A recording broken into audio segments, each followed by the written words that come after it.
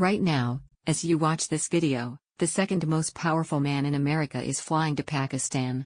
U.S. Vice President JD Vance is on a plane headed to Islamabad. His mission?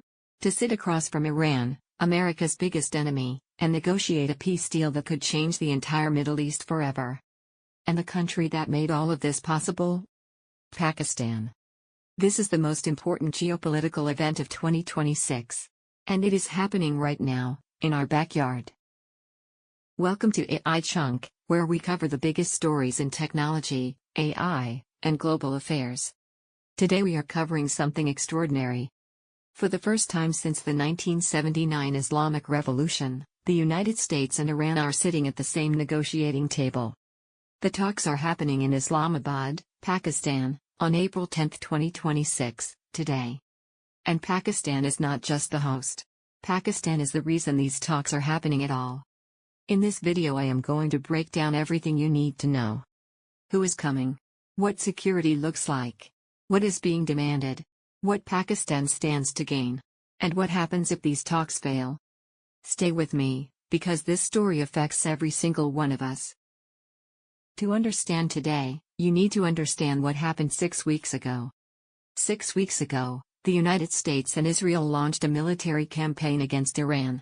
Airstrikes, missile attacks, and the assassination of Iran's supreme leader, Ayatollah Khamenei, whose own son has since taken power. The war escalated fast.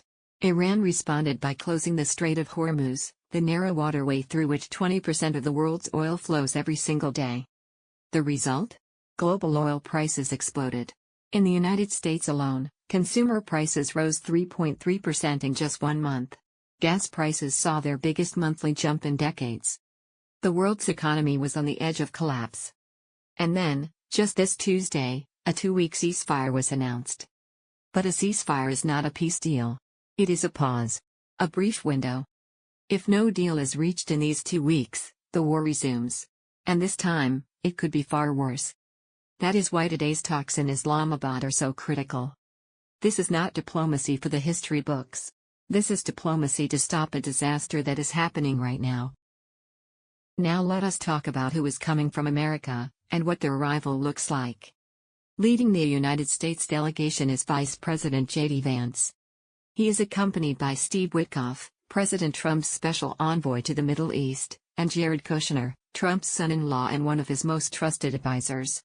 This is the most senior American diplomatic team to visit Pakistan in 15 years.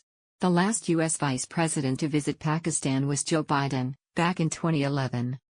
Before Vance even boarded his plane, a 30-member U.S. Secret Service security team had already landed in Islamabad. The entire red zone of Islamabad, which includes the foreign ministry, key embassies, and government buildings, has been sealed off.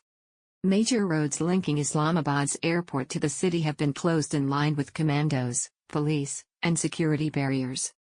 Pakistan's Interior Minister Mohsin Naqvi personally reviewed all security arrangements. The Serena Hotel, located right next to Pakistan's foreign ministry, has been completely taken over for these talks. All regular hotel guests were asked to leave from Wednesday evening through Sunday. April 9th and 10th have been declared public holidays in Islamabad, with only hospitals, police, and essential services allowed to operate. This is not a normal diplomatic visit. This is a fortress. Now, who is coming from Iran? Iran's delegation is being led by 2 key figures. First, Mohammad Bagher Ghalibaf, Iran's parliament speaker and a former commander of the Revolutionary Guards. A hardliner. A military man. Someone who does not trust America easily. Second, Abbas Araghchi, Iran's foreign minister. A seasoned diplomat who has been involved in nuclear negotiations before. Iran's ambassador to Pakistan, Reza Amiri Moghadam, has already signaled that Islamabad's mediation efforts are approaching, in his own words, a critical, sensitive stage. Here is the format of the talks, and this is important. The 2 delegations will not be in the same room. The U.S. team and the Iranian team will sit in separate rooms inside the Serena Hotel. Pakistani officials will physically carry messages between them, walking from one room to the other, acting as human messengers in one of the most important diplomatic negotiations in decades. Why? Because Iran does not fully trust the U.S. negotiating team, particularly after previous talks in Oman and Geneva, where negotiations were happening at the same time as American airstrikes were being planned. Iran specifically requested Vance lead the delegation, because they see him as more cautious about military action than the other U.S. envoys. So why Pakistan? Why Islamabad? This is the part the international media is not fully explaining. Pakistan has a unique position in this conflict. It is officially a major non-NATO ally of the United States, meaning it receives American military and economic support. At the same time, Pakistan shares deep religious and cultural ties with Iran, and the two countries share a long border. Pakistan is one of the very few countries on earth that both Washington and Tehran trust enough to sit in the same building. But Pakistan is not doing this out of pure kindness. Pakistan has enormous things to gain from a peace deal. First, energy. Pakistan has been desperately trying to build the gas pipeline from Iran for years. U.S. sanctions on Iran blocked it. A peace deal could unlock that pipeline, solving Pakistan's chronic energy crisis. Second, remittances. Over 5 million Pakistani workers are currently living and working in Gulf countries. If the war in the Middle East escalates, those jobs disappear. Their remittances, worth $38 billion per year, disappear with them. Third, global standing. Pakistan has long been seen as a destabilizing force in the region. Successfully brokering a U.S.-Iran peace deal would transform Pakistan's image overnight, from problem state to peacemaker. Pakistan's Army Chief, Field Marshal Asim Munir, has been personally calling both U.S. and Iranian leaders for weeks to make these talks happen. He even had a one-on-one lunch with Trump at the White House last year, and Trump reportedly called him, and I quote, "my favorite field marshal." Pakistan orchestrated this. Pakistan earned this moment. Now, what does each side actually want? The United States wants three things. 1. Iran must reopen the Strait of Hormuz to global shipping permanently. 2. Iran must stop funding and supporting armed proxy groups across the Middle East.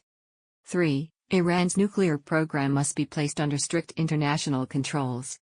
Iran's demands are equally firm. 1. Iran wants control over the Strait of Hormuz recognized internationally. 2. Iran wants all U.S. combat forces withdrawn from the Middle East. 3. Iran wants Israel to stop military operations in Lebanon and Gaza. 4. Iran wants sanctions relief, the economic suffocation that has strangled its economy for decades. As you can see, the gap between these two positions is enormous. Analysts are saying a final settlement is unlikely this weekend. But what everyone is hoping for is a framework, a roadmap, an agreement to keep talking. Because the alternative, a return to war, is too catastrophic for the world to absorb.